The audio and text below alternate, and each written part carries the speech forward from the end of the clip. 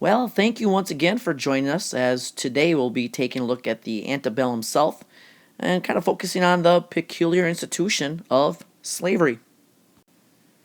As we get started here looking at slavery, and just a quick reminder that, it was Eli Whitney's cotton gin that made slavery more profitable as the harvesting of cotton was much quicker and easier and therefore cheaper, and therefore more money could be made in the sale of that cotton. So, as one would suspect, with the increased production of cotton, as you can see on the chart here, you would increase the demand of slaves. And also, just kind of a reminder, we kind of talked about before how the North had pretty much abolished slavery by this point. And so slavery kind of becomes a Southern aberration. And it's even more prominent down in the lower South because the upper South, as we had mentioned, had a more diverse agricultural base, harvesting different crops, as we mentioned before. They also had more industry. And so, obviously, though, we still do see the slave auctions that we've read about and talked about numerous times already.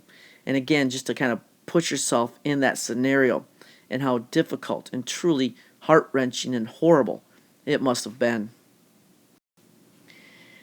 And as we think about the antebellum South here, a lot of times the image that we conjure up in our mind is of these huge houses and plantations with hundreds of slaves and the wealth and opulence that goes with it, kind of like the picture on the bottom of your screen.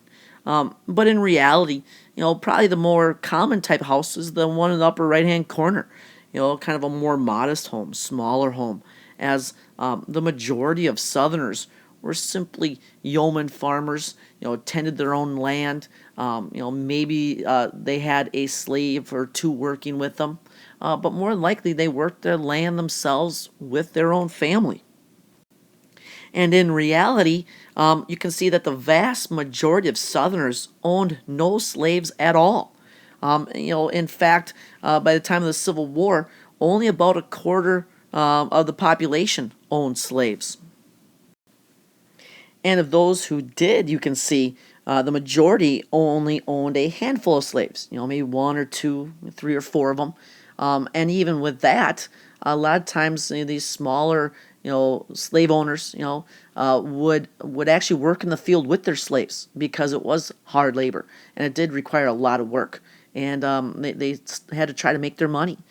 And so, the perception of these big plantations with hundreds of slaves and this, opulent life is kind of more, not the norm of what we would see.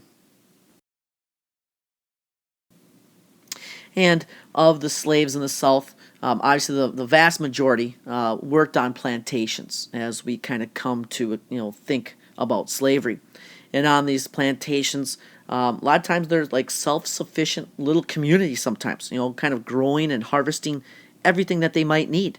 The crops that they're going to eat and sustain themselves with, but then also kind of harvesting, obviously, those cash crops to try to sell, whether it be cotton or rice or corn or something like that, that they're going to be able to sell to try to bring in some of that money. But if we go back to the slave auctions here just for a second, the price that somebody might get for selling their slaves would fluctuate. If they were younger or if they were older, they might bring in less money. If they were male or female, might change the price that they would fetch. And actually, sometimes the elderly would have their gray hairs dyed darker to try to cover up their age, and that way they could bring in more money. Likewise, slaves would obviously be inspected very closely to check for their health, to check to see if they had any whip marks. Because if they did, that might be a sign that they had been a runaway slave, that they had been a rebellious slave, and that would fetch a lower price as well. But needless to say, it was still very expensive, and that's why so few of the Southerners actually had owned any. And once these slaves were brought to their plantations, obviously with their maybe Their blood families kind of divided up and split up. Eventually, they develop kinships with those other slaves that are on the plantation, and you almost kind of get adopted into the family to try to make life more bearable. And as time goes on, the South is eventually going to pass what's known as black codes. These are kind of laws to limit the rights of the slaves. Eventually saying things like they needed, kind of like passes to be moving from town to town. There might be curfews, laws against educating them. Kind of just ways to try to keep slaves more in their place. Obviously trying to make it difficult to run away. If they had slave patrols, there was a fugitive slave law in place to try to return the runaways, and then the high, punishment of maybe whippings and cutting off toes and fingers of those more rebellious slaves. But as we see in the early 1800s, Southern slavery almost becomes an aberration because other countries are starting to abolish slavery within their own borders.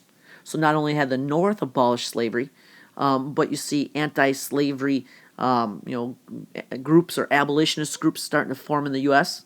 But we also start to see that slavery would be abolished throughout the British Empire by the 1830s. France will abolish slavery in their colonies in the 1840s. And even the serfs of Russia will be given their freedom prior to our Civil War. And so you see other countries starting to abolish slavery, and yet it's almost growing more entrenched in the Southern way of life. And we'll take a look at kind of slave resistance in our next episode.